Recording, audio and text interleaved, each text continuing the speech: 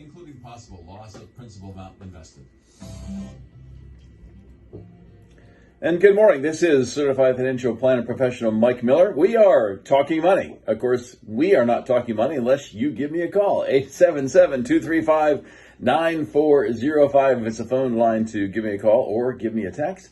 We'd love to hear from you because we want to answer your questions. We want to cover the things that are important to you. Of course, I've always got a whole bunch of stuff I'm planning on covering, but I've had some great callers last week. And 2 weeks ago, started a discussion on retirement income. Where are some good places to get retirement income? What kinds of questions you should ask, especially if you're thinking about buying an annuity to help support your retirement income. And then we had a little hiatus last week, and Alan Cox joined me from Royal Blue Trust to talk about the new distribution rules for IRAs. Now we're back on topic, but I feel like because there's been so much going on with the stock market lately, and the volatility that's been going on, I know people are getting nervous. I met with 3 radio listeners this week talking about the potential of coming on board with our local branch of Royal Blue Trust. And you still get this sense of people that are a little nervous, a little scared about what's going on in the markets. And I go back to, of course, I started this Talking Money program back in the first of 2007. And if your memory serves you correctly, if you go fast forward about a year and a half to 2008 is when we had the Great Recession. And during that time period is when the stock market took a big dive, and we're talking 40-50% downturn in the stock market.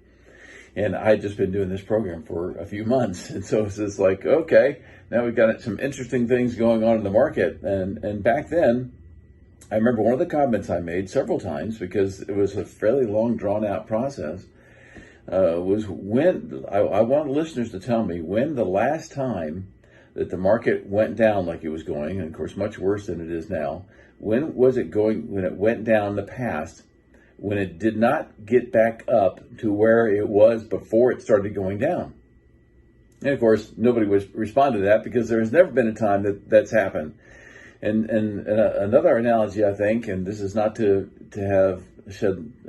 make light of 9/11 at all, but when we were going through the 9/11, September 11th, 9/11, and we were all worried about flying. Everybody was concerned, like, wow, it's really dangerous to fly. We don't know what the terrorists are going to be doing next. So my question then, and it is now, when was it safer to fly? Was it safer to fly before 9/11 or after 9/11? And people always, I think we felt like it was much safer before 9/11, but it really wasn't. We didn't know what was about to happen. After 9/11, we put all these protocols in place to help make things safer. So I'll ask you the same question about the stock market right now. Is the stock market less risky now, or was it less risky January 1st before all this stuff started happening with the downturn of the market? Well, markets are down somewhere in the 15, 20%, 25%, depending on which market you're looking at. And that's another thing that's always interesting. People talk about the stock market. Well, the stock market has many different parts of it.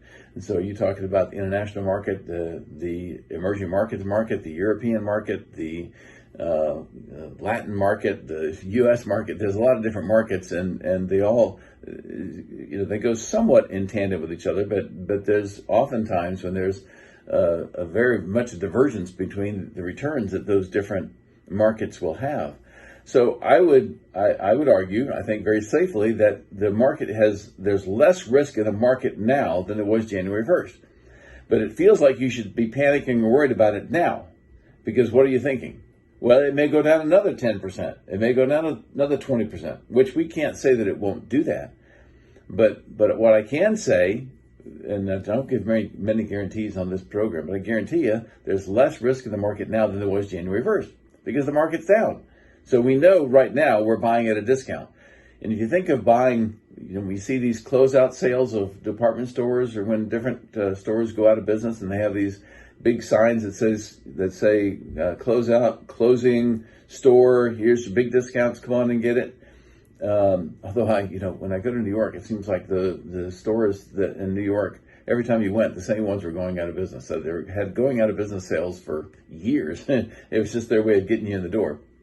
But if it's a real going out of business sale, you think, okay, well, they've discounted things 20, 30%.